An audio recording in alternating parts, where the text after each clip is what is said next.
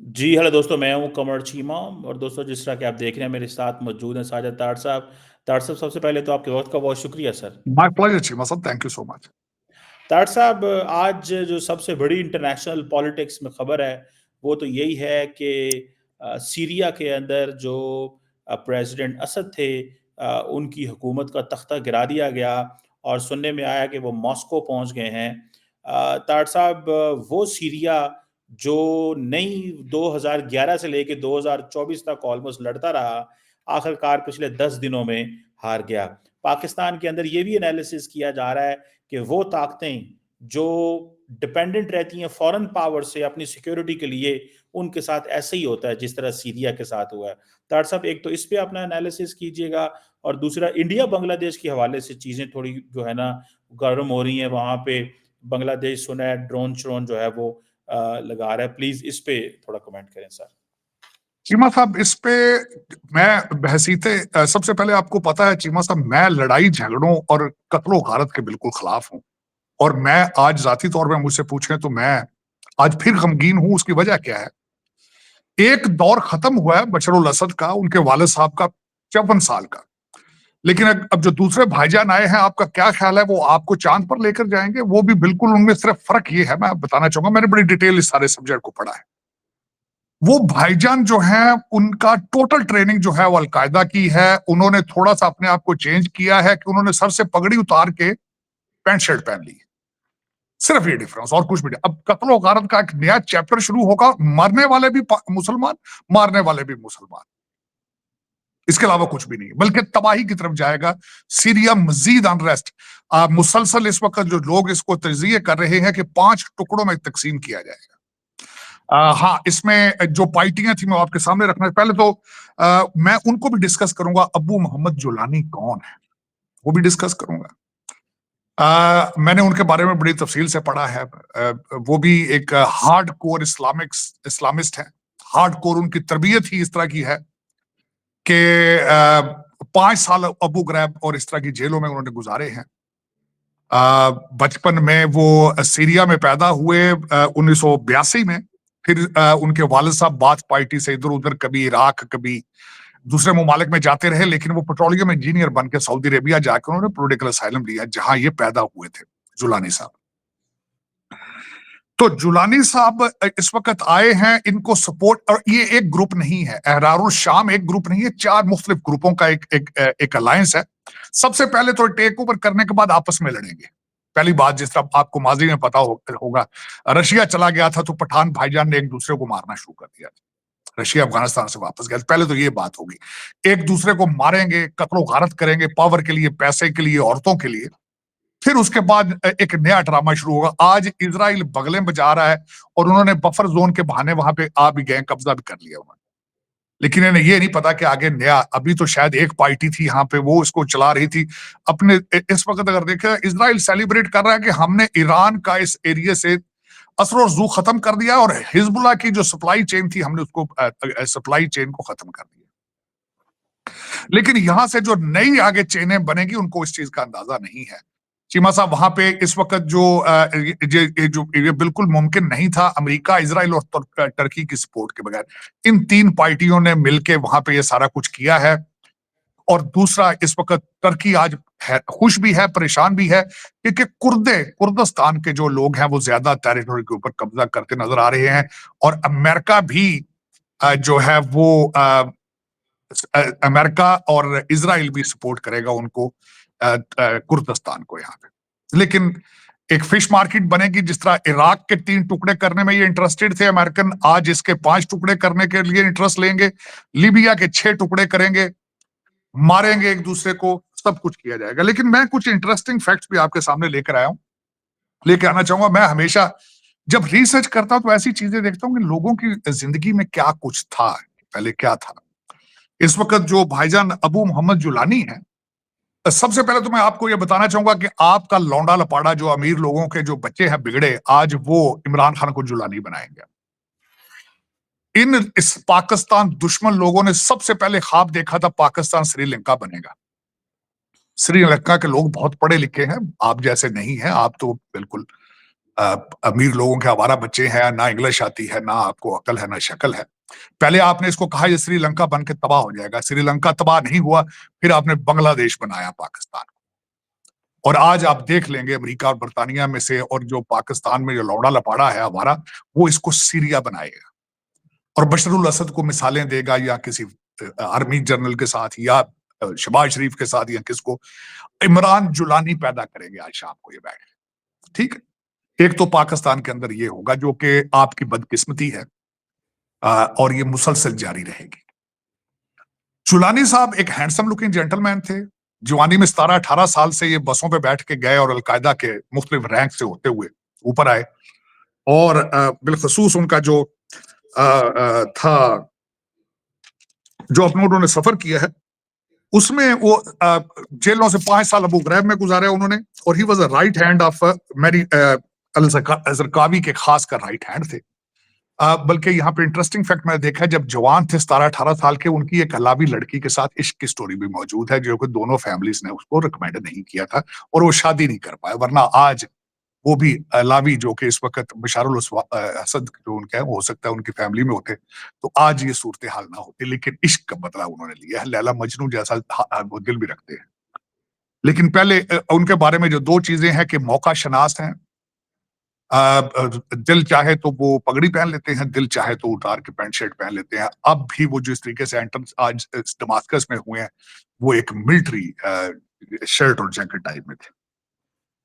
उसके बाद चीमा साहब, आज पहले जो बशारुल असद के वालिद थे, उन्होंने मिलिट्री कू के जरिए कब्जा किया इस जगह पे, और फिर रुथलेस हुकूमत की, उन्होंने मारते रहे। और ये जो भाईजान थे, ये जो अभी बशारुल असद, ये डॉक्टर थे आंखों के, और इन्होंने डॉक्टर ही बनना था, लेकिन किस्मत के साथ इनके बड़े भाईजान को तैयार किया जा रहा था, लेकिन वो मारे गए किसी हादसे में, तो फिर ये स्लिप होकर आगे आ गए। और फिर उन्होंने शुरू में कई डेमोक्रेटिक रिफॉर्म्स करने का वादा किया, लेकिन डेमोक्रेटिक रिफॉर्म उन्होंने नहीं की। उन्होंने भी आके रुथलेस ताकत के जरिए हुकूमत की, बल्कि यहां तक है कि जब इनका माजी में मैंने जब हल्ब और अलापा का हिस्ट्री पढ़ी, तो 40-40 हजार लोगों को वहां पे मारा गया, मर्डर किया गया। ये एरिया पता नहीं क्या बात है, वो बहुत ही ज्यादा यहाँ पे कत्लो गारत है, और आगे भी सुकून आने की कोई शक्ल नजर नहीं आ रही। रशियन नेवल बेस है, ये आर्मी बेस है, वो उसको मेंटेन करेंगे।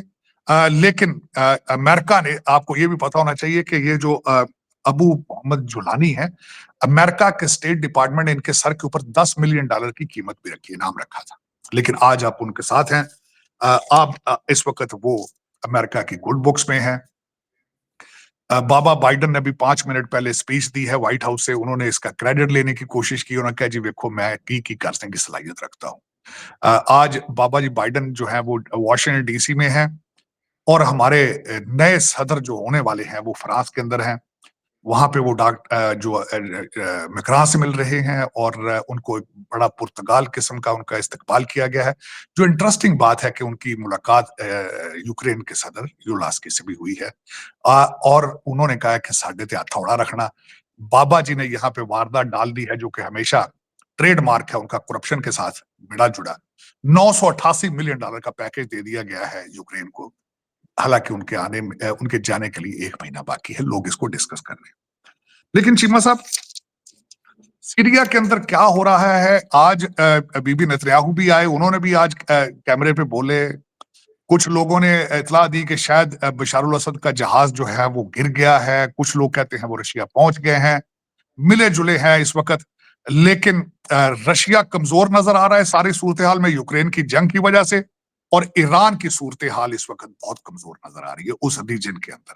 लेकिन ये स्टोरी यहां रुकेगी नहीं। उसकी वजह यह है, कल परसों 2-4 खबरें थी कि Syria will become will can cause the third world war. Syria के अंदर से हालात मजीद खराब होके थर्ड वर्ल्ड वॉर की तरफ जा सकते हैं। ये कई लोगों ने इसकी प्रिडिक्शन की है।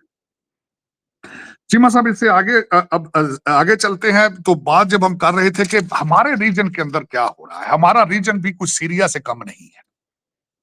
हमारा रीजन जो है उसके अंदर आपकी पार्टी भी एक जो आपकी पार्टी के अंदर जो इस वक्त रूलिंग पार्टी है, इमरान नियाजी साहब की पार्टी, उसके अंदर भी बहुत कश्मकश है, पावर चल रही है। सबसे बड़ी बात जो मुझे काबिल एतराज लगी है कि मोहतरमा पिंकी पीरनी 4 सदा पहुंच गई, 1 करोड़ रुपए का चेक उन्होंने जाके फौरन दे दिया। और मुर्शद पाक जो फरमाते थे ये घरेलू औरत है, और रिसेंट भी उन्होंने फरमाया है कि सियासत नहीं कर रही तो जिहाद कर रही है। वो जिहाद का चेक 1 करोड़ रुपया कहां से आया है? एक तो सबसे बड़ा क्वेश्चन ये है।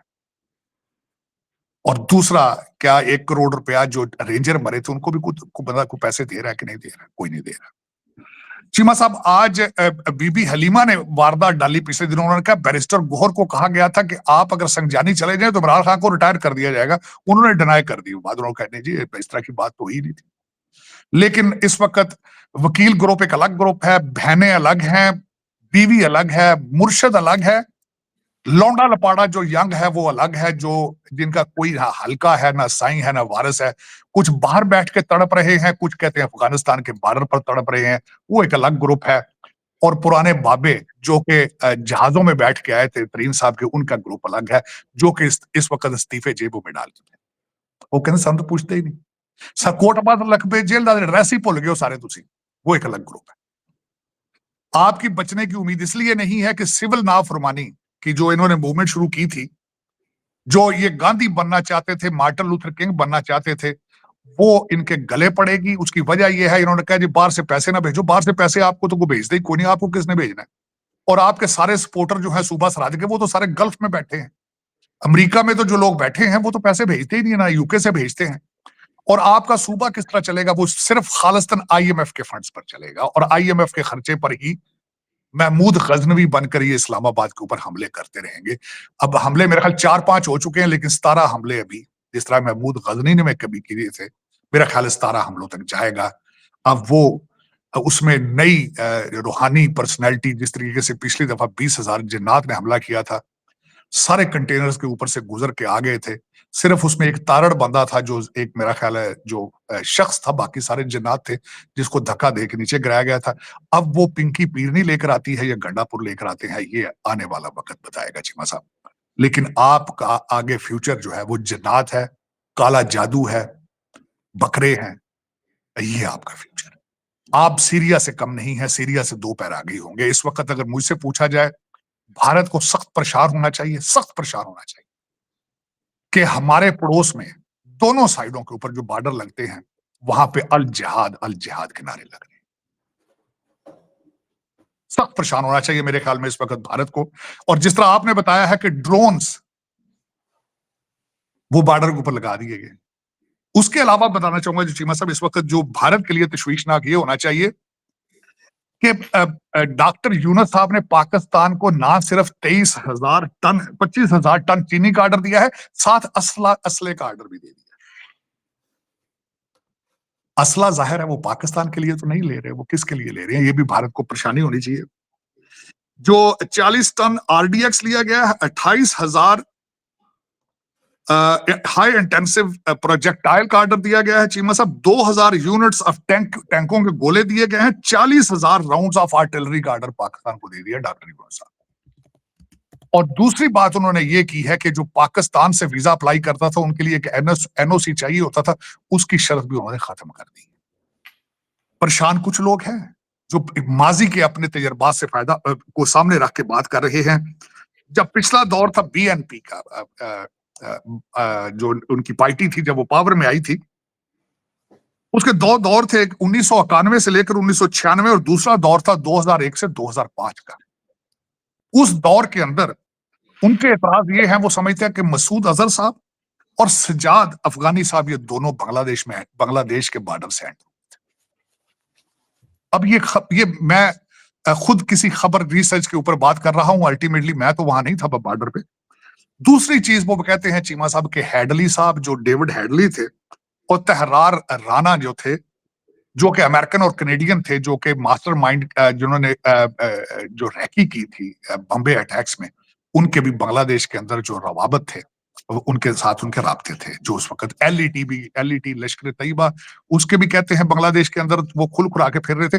और इस वक्त भारत के जो अंदर कुछ लोग परेशान हैं, वो ये भी कहते हैं कि ये फिर अब कश्मीर काज को सपोर्ट करना शुरू कर देंगे बांग्लादेश वाली साइड से। तीसरा खदशा वो ये कहते हैं, जो कि मैं जिससे एग्री नहीं करता, वो कहते हैं आईएसआई इन सारी चीजों के पीछे थी या मजीद उधर आएगी। उसके लिए मैं एग्री इसलिए नहीं करता कि आईएसआई के लिए साडा मुर्शद घट है। इनकी पीरनी जो जिन निकाल के फिर रही है, अगर आईएसआई इतनी तकड़ी हो तो उन जिनों का सामना कर ले, लेकिन उनके बस की बात नहीं है। वो अपने 17 हमले गजनवी के रोकेंगे या फिर बांग्लादेश के अंदर जाके आपके बॉर्डर के ऊपर बैठेंगे। मैं उस चीज से एग्री नहीं करता। लेकिन ये कि फिर ज़ाहिर खदशात हैं, माजी के लोगों के पास तजर्बात और हिस्ट्री मौजूद है, लेकिन हालात वहां पे भी कंट्रोल नहीं है। वो भी सीरिया बनता नजर आ रहा है। उसकी वजह यह है कि डॉक्टर यूनुस साहब इलेक्शन की बात नहीं करते। उनके परेशानी है, उनको वो अपना, और दूसरा उनका जो मेन, उनकी भी सप्लाई चेन कट चुकी है कि बिल क्लिंटन और जो बाबा बाइडेन था, उनका एक पांव जो है इस वक्त व्हाइट हाउस से बाहर है, एक पांव अंदर है। डोनाल्ड ट्रंप आएंगे तो वो सप्लाई चेन रुक जाएगी, कट जाएगी, तो फिर वो उसमें किस तरह आगे सर्वाइव कर पाएंगे। मजीद खराबियां पैदा होंगी बांग्लादेश के अंदर। पाकिस्तान में तो आसानियां पैदा ही नहीं हो रही, खैर 77 ईयर से। उसकी वजह यह है कि पाकिस्तान को ठीक करने के लिए पाकिस्तानी खुद ही इंटरेस्टेड नहीं है, सेल्फ डिस्ट्रक्टिव मोड में रहते हैं। इस वक्त जो 23 करोड़ लोगों में से जो मेजॉरिटी पीटीआई के सपोर्टर हैं, जो कि बिल्कुल स्ट्रिक्टली बिलीव करते हैं कि काले जादू काले बकरे आए और हमें आर्टिफिशियल इंटेलिजेंस भी सिखा जाएं और हम पत्थर के जमाने के में चले जाएं, और फिर ये है कि 4-4 शादियां करें, 50-50 बच्चे हों इनके। अब वो इस मोड को चाहते हैं। अब पता नहीं कि 21st सेंचुरी में वो सर्वाइव कर पाएंगे 4 शादियां और 50-50 बच्चों के साथ। मुझे इसका कोई लगता नहीं है। मुझे आज सुबह से जो सबसे ज्यादा परेशानी थी, इस बात की थी, मैं कई दोस्तों को बताता रहा हूं आज सुबह भी, आर्टिफिशियल इंटेलिजेंस के जरिए 40 से 50% जाबें खत्म हो जाएंगी। फ्यूचर में डॉक्टरों की भी सुना जरूरत नहीं रहेगी, वकीलों की भी जरूरत नहीं रहेगी। आर्टिफिशियल इंटेलिजेंस ही आपका प्रिस्क्रिप्शन लिख दिया करेगा और अदालतें भी आर्टिफिशियल इंटेलिजेंस के जरिए आपके सारे केसेस को देख के सामने फैसले कर दिया करेंगे। मैं खुद, क्योंकि मेरा बच्चा वकील है, मेरे और इस तरह के जो है वो हैं, तो मैं तो इस चीज में परेशान हूं। लेकिन आप जो है, मेरा आपको मैं हमेशा दोस्तों को कहता हूं जो पाकिस्तान के, थोड़ा जिहा गुड़ घर रखा करो, छोले रखा करो, चने रखा करो, और 4 के कनिस्तर पानी दे ते मोमबत्तियां और लकड़ी का बंदोबस्त जरूर रखा करो, क्योंकि आपके इरादे बिल्कुल इस तरह ही, आपके इरादे बिल्कुल इस तरह। आईएमएफ ने जिस दिन आंखें खोल ली, और खुल जाएंगी, उसकी वजह यह है डोनाल्ड ट्रंप साहब यूनाइटेड नेशंस के भी खिलाफ हैं, डोनाल्ड ट्रंप साहब आईएमएफ के भी खिलाफ हैं, क्योंकि पैसा सारा अमेरिकन से जाता है। और उन्होंने जो अमेरिका की ब्लीडिंग हो रही है जब रोका, तो यूनाइटेड नेशंस आईएमएफ सामने आ जाएगा। आप फिर जो है, आपके जो इस वक्त रूलर्स हैं, आपके जो ब्रिटिश एजेंट हैं, वो वन वे टिकट जेबों में रखते हैं। पीछे ना बिजली होगी ना रेडियो होगा। काले चने, गुड़ और पानी का इंतजाम करके रखें प्लीज, क्योंकि हालात टफ चल रहे हैं। ਡਾਕਟਰ ਸਾਹਿਬ वो तो बात ठीक है, हम चने तो साढ़े अपने होंगे ने, चने पै उगावांगे ते खावांगे। डॉक्टर साहब ये जो बांग्लादेश के हवाले से जो पॉलिसी है, डॉक्टर साहब उसमें हमारा क्या कसूर है? ये तो मोहम्मद यूनुस जो कर रहे हैं, आप हमें क्यों कहते रहते हैं कि सारा जात हो रहा है? नहीं जी? वो तो मोहम्मद यूनुस की पॉलिसी है कि वो पाकिस्तान के साथ, क्योंकि वहां पे जमात इस्लामी और बांग्लादेश नेशनल पार्टी जो है वो ये कहते थे कि भाई हमें एक गैर फितरी तौर पे दूर कर दिया गया है पाकिस्तान से। सो ਤੁਹਾਡਾ ये ਪੁਰਾਣਾ ਮੈਂ ਠੀਕ, ਤੁਹਾਡਾ ਪੁਰਾਣਾ लव अफेयर जाग चुका है, पुराना प्यार जाग चुका है। उसकी मिसाल ये है, ढाका नेशनल क्लब के अंदर कायदे आजम साहब को हीरो दोबारा मान लिया गया है। उन्होंने कहा है कि जिना ना होते तो हम आजाद ना होते। और मतीउर रहमान जिनको फांसी दी गई थी, उनके बारे में भी बड़ी अच्छी बातें हो रही, लेकिन और कुछ लोग इतने असर हो चुका है उनका। एक अपना उनके जो थे बांग्लादेश से, मतीउर रहमान को तो फांसी दी गई थी चीमा साहब, डमरा मास्टरकार्ड की वजह से। चौधरी मोइनुद्दीन जो है वो इस वक्त यूके के अंदर मुस्लिम एड चला रहे हैं। मुशर्रफुर रहमान अमेरिका के अंदर इस तरह के बहुत बड़े, उनकी भी उनको ये। लेकिन चीमा साहब, मैं आपको इसलिए कहता हूं, आपका कसूर नहीं है, लेकिन जो 20,000 लोग पिंकी पीरनी की लीडरशिप के जरिए साथ आए थे, नारे नीचे कौन से लगा रहे थे? अल जिहाद अल जिहाद। आप, मैं ये नहीं कह रहा आपका कसूर है बांग्लादेश में, लेकिन आपका और बांग्लादेश का मुस्तकबिल एक जैसा है। आप उसमें बांग्लादेश फिर सर्वाइव कर जाएगा। उसकी वजह यह है कि आप, उनका डीएनए अलग है चीमा साहब। मंगल पांडे जो था वो भारतीय था चीमा साहब। वो उनकी मुस्लिम लीग बनी थी बांग्लादेश के अंदर, उसके बाद ये कि आपकी आजादी और सारा को Bengali they are very artistic, very sensitive, very devoted. मैं जब हिस्ट्री की किताबें पढ़ता हूं, वो जब यहाँ पे इजलास अटेंड करने आते थे, धोतियों में आते थे, चपलियों में आते थे, उनके एमएनएस जो थे, आप उनको हंसते थे, उनको टोके लगाते थे। चीमा साहब, मुजीबुर रहमान ने भी जाके जिस तरीके से लीड किया था, डीएनए है। आपके डीएनए कहां जाते हैं भाग के? आप लंदन से ऑपरेट हो रहे हैं आज भी चीमा साहब। आपको रूलिंग एलीट, आपके सारे के सारे बच्चे, उनका किसी पाकिस्तानी बैंक में अकाउंट तक नहीं है। आप देख लें इस वक्त आपकी आवाज का कहां है। 3 शहरों की आप आज भी फ्लाइटें कंट्रोल कर रहे हैं, आपके 90% करप्शन रुक जाएगी, दुबई, लंदन और टोरंटो की। आपको पता है, सब पता है। आप चीमा साहब, आपका मुस्तकबिल उनसे बदतरीन होगा, क्योंकि बंगाली फिर सर्वाइव कर जाएंगे चीमा साहब। उसकी वजह क्या है? डॉक्टर यूनुस फिर नोबेल पीस प्राइज उसने था उसका। He still an hero regardless उसकी जो कुछ आइडियोलॉजी है। माइक्रो इकोनॉमिक्स के अंदर, माइक्रो फाइनेंस के अंदर जो उसने काम किया है इज रिमार्केबल। आप बताएं, आपका कौन है? मुराद सईद है ਤੁਹਾਡਾ हीरो, उस्मान बुजदार हीरो ਤੁਹਾਡਾ। दस और किसका नाम है? आपको अगर कहा जाए आज किसी पाकिस्तानी की तस्वीर अपने कमरे में लगाएं, किसकी लगाएंगे आप? बताए ना कि हीरो निकाल के। मैं खुद चाहता हूं चीमा साहब, मेरा खुद कान तरस गया। मैं खुद चाहता हूं मुझे अपनी कौम में से वो हीरो सामने नजर आए, कोई नजर नहीं आता। किरदार ही कोई नहीं चीमा साहब। शराफत प्रमोट करना छोड़ी तब जाती है अगर शराफत हो तो। कहते हैं बदनामी तो तब होती है अगर नाम हो तो। चीमा साहब, जुल्म ना करें। जुल्म जुल्म खैर कर रहे हैं आप, किसी के ऊपर नहीं कर रहे, अपने आप पे कर रहे हैं। आपका मुस्तकबिल, ये जो आपकी इस वक्त जो काला जादू आपके सर चढ़ के बोल रहा है, ये आपकी काफन में आखिरी कील होगा चीमा साहब, और आप रोक नहीं पा रहे। मैंने आपको अर्ज किया था चीमा साहब, आपके अगले दिन मुर्शिद पाक को 70 से 80 लोगों ने एक दिन में मुलाकात की है। ये जेल है। और उस वक्त लोग आज भी क्वेश्चन मार्क है, क्या उनके पास सारी इंफॉर्मेशन है? वो लोग इस वक्त बातें कर रहे हैं आपके इस्लामाबाद के अंदर, या उनके पास सैटेलाइट फोन मौजूद है, या शाम को उनको बंदा ब्रीफिंग देता है और मैसेज लेके ट्वीट इधर अमेरिका उनके ट्वीटर्स को बताता है। ये आप जब अडियाला जेल को जेल नहीं बना सकते, do you have a right to to to to remain in power, to run Pakistan? फिर कहते हैं नहीं जी नहीं, ये फलां और 2-4 यूट्यूबर पकड़ के उनको अब जूते मारेंगे। असली जहां से सोर्स है चीमा साहब, जहां से ब्लीडिंग हो रही है, ब्लीडिंग क्यों नहीं रोक रहे आप? देखे ना, ये तो बिल्कुल इसी तरह आप कर रहे हैं कि एक हार्ट अटैक वाले बंदे को लाया जाए इमरजेंसी के अंदर, आप उसका मेकअप शुरू कर दें, आप उसकी शेव करनी शुरू कर दें, जबकि जरूरत उसको ओपन हार्ट सर्जरी की है। आप बिल्कुल यही कर रहे हैं। कभी आप यूट्यूबों को पकड़ते हैं, कभी आप उधर पकड़ते हैं, कभी उसको जूतियां मार, कभी उसको जूतियां मार। लेकिन जहां से ब्लीडिंग हो रही है, बाईपास सर्जरी की जरूरत है, तो आप उसकी छाती क्यों नहीं खोल रहे हैं उसकी? अडियाला जेल में बताएं ना क्या नहीं हो रहा, बताएं। और फिर आपके हर दूसरा बंदा चट्टा है, चट्टा, हर दूसरा। वो आपके, मैंने उनका नाम रख दिया है जीटीएस, जीटीएस जज ने सारे। Good to see you, GTS का मतलब है गुड टू सी यू जज। वो देख रहे हो, वो खान साहब के इश्क में दीवाने, पागल हो गए, चले हो गए, चले। वो कहते खान नहीं तो पाकिस्तान नहीं। इस स्लोगन के साथ आप, do you have a right to to remain in और एग्जिस्ट? मैटर ऑफ फैक्ट, मैं मान लेता हूं बात, मैं ये नहीं कहता, मैं खान साहब के खिलाफ नहीं हूं चीमा साहब। आंखें बंद करें जरा, दें हुकूमत के, सोचें आ गया वापस, कैबिनेट में क्या होगा उसका? जुल्फी बुखारी, शायद गिल साहब, मुराद सईद साहब, नवे उस्मान बुजदार, नए पॉलिश करके लाएंगे, पॉलिश करके। वो मैडम लगी तैयार करना इस वक्त, शी इज प्रिपेयरिंग इट।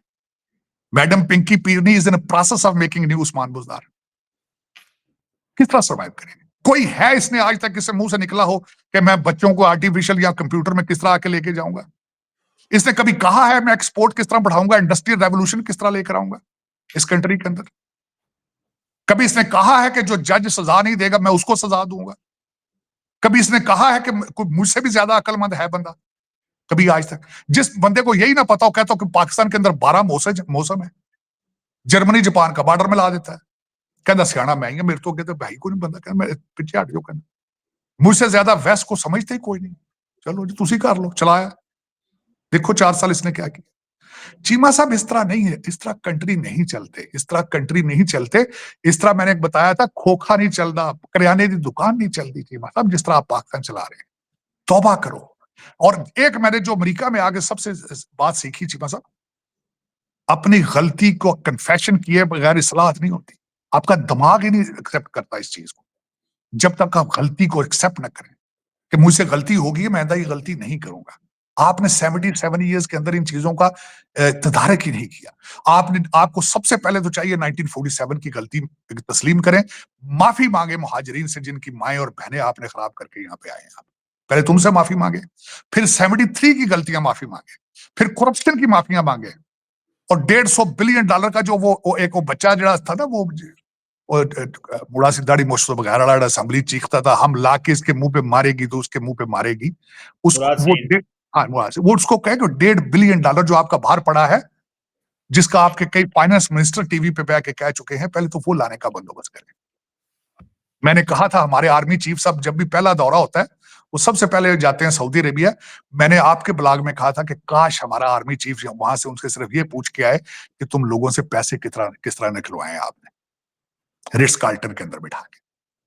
जब तक वो आप उस हद तक नेशनलिस्ट नहीं बनेंगे ये नहीं चलेगा। आप एक हार्ट सर्जरी, आप एक ट्रिपल बाईपास वाले मरीज की आपने मेकअप उसकी शेव शुरू कर दिया कर, इस तरह नहीं, इस तरह नहीं। चलें चीमा साहब, लेकिन हालात मजीद खराब से खराब तरीन होते जा रहे हैं, और इसमें सबसे ज्यादा सरे फहरिस्त चीज क्या है?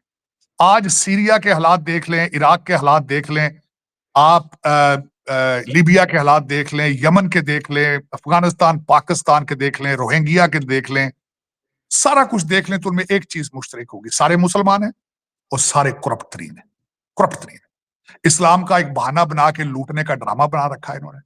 इसमें एक चीज ये कॉमन, और आप अंदाजा ये लगा लें कि 9 मिलियन इजराइल के जूश हैं, और उनके हालात क्या हैं आपके हालात के।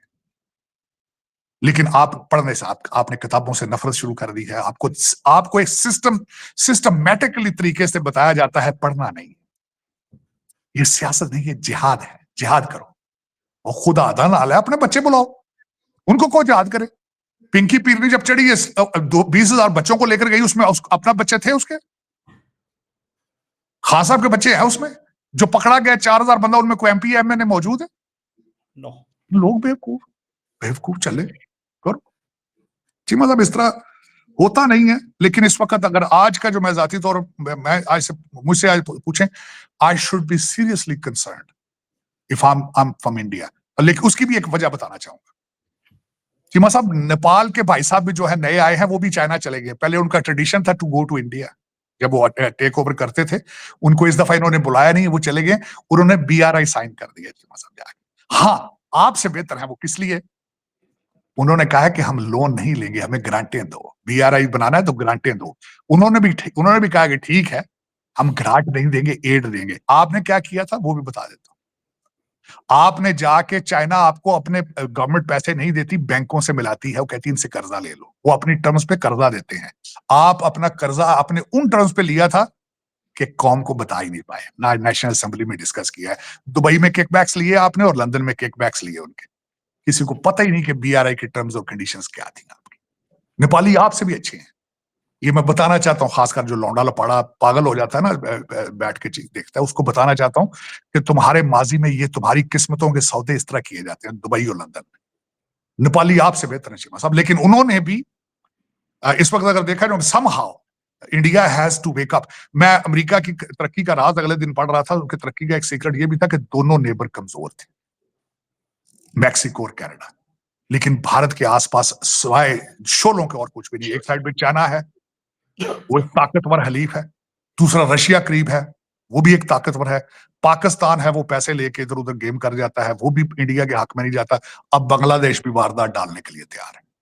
नेपाल पहले आपको बताया इंडिया चला गया, मालदीव है, बर्मा है, जब वो वहां पे पैसे फेंकते हैं चाइनीज, वो भी उनके साथ चले जाते हैं। ये एक नॉन स्टॉप इशू है, India has to work on it. Reason से निकल के जब आपने पूरे आगे जाना है to become a third biggest economy on the planet, permanent seat आपने लेनी है यूनाइटेड नेशन में, if united nation survives during Trump period.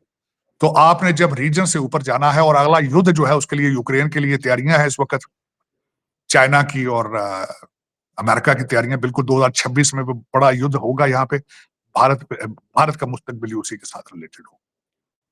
बिल्कुल डॉक्टर साहब, ये आपने बिल्कुल सही कहा कि भारत का मुस्तकबिल, क्योंकि ये आपने सही कहा कि इंडिया के इर्द गिर्द चीज़ें जो हैं वो डिस्टर्ब हो गई हैं बड़ी तेज़ी से, और ये चीज़ें हमें नज़र आ रही हैं। ज़ाहिर बात है इंडियंस भी सोच रहे होंगे, वो भी हाथ-पैर मारेंगे अपने कि हमें अपने अपने नेशनल इंटरेस्ट को कैसे प्रमोट करना है। और बिलखसूस चीमा साहब उसमें मैं और एक चीज कहूंगा, ये एक टेस्ट है भारत के लिए, जो इस वक्त इन्होंने कनाडा के साथ, अमेरिका के कहने पे, मैं आपको इसका गारंटी कर रहा हूँ, अमेरिका के कहने के ऊपर जो कनाडा सामने आया है, 5 आई कंट्रीज हैं, न्यूजीलैंड के अंदर भी उन्होंने जो खालिस्तान के लिए एक रेफरेंडम करा दिया है।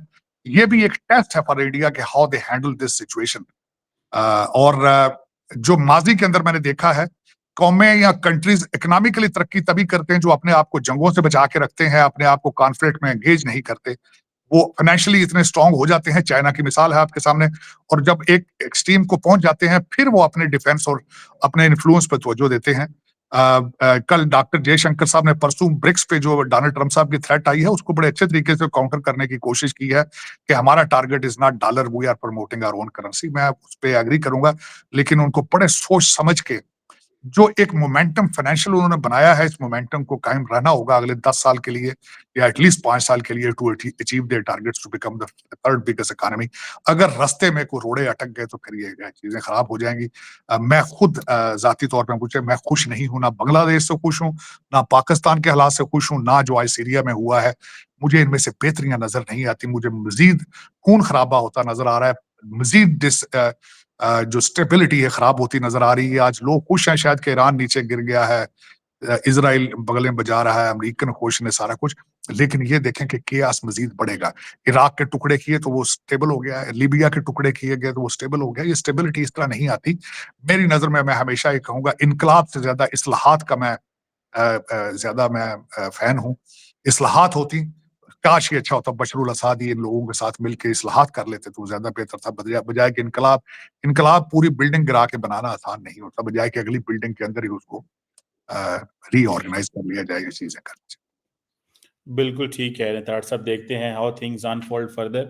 और वाकई आपने बात सही कहा कि कोई भी खुश नहीं है जो हो रहा है। और बांग्लादेश में देख लें, पाकिस्तान में देख लें, अफगानिस्तान में देख लें, एक अनसर्टन सी सिचुएशन नज़र आ रही है। और मिडल ईस्ट तो मजीद एक और जो है वो पे एक सीमा साहब, फर्दर। फिर एक और बात आपने जब अफगानिस्तान से की, तो मैं अक्सर जब डिस्कशंस में जाता हूं तो मुझे एक लफ्ज कह दिया जाता है आसानी के साथ इन मुल्कों, और ये सीआईए कर रही है जी, एफबीआई कर रही है जी, मुसाद कर रही। यार आप इतने सस्ते होकर बिक जाते हो फौरन, आप पैसों पे बिकते हो ना। मुसाद इज सीआईए एफबीआई के सामने कहते नहीं जी वो कर रहे हो इंटरफेयर जी, हमारे सारे फैसले वाशिंगटन ना करो, फैसले तुझे आईएमएफ से पैसे ना लो तो फैसले अपने आप कर लो। आप इतने चीप हो चुके हो कि हर सीआईए का एजेंट आपको फौरन खरीद लेता है। वो पता नहीं, फिर ये एक्सक्यूज को एक बड़ा भोंगा सा एक्सक्यूज दे दिया जाता है, लेकिन हालांकि दिस इज नॉट फेयर। हर चीज के ऊपर क्या दिया जाता है, पाकिस्तान में बैठ कर राह करने लगी, राह करने लगी, जितने सस्ते हो कराह वालों के हाथ बिक जाते हो। आप भी क्या करो, आप भी क्या करो। बिल्कुल सही है, ना भी क्या करो, सही कह रहे हैं। Thank you very much Sajid Tarar Sahab sir, it's always pleasure talking to you. आपके वक्त का बहुत शुक्रिया। बड़ा मज़ा आता है आपसे बात सुन के, इंगेजिंग होती है बड़ी डिस्कशन, और जैसे कहना फैक्ट्स पे बेस होती है, और एनालिसिस भी हम सारे बड़ा एंजॉय करते हैं, एंड बड़ी लर्निंग है आपके साथ। Thank you very much for your time Sajid Tarar साहब, बहुत मेहरबानी सर, बहुत शुक्रिया, थैंक यू।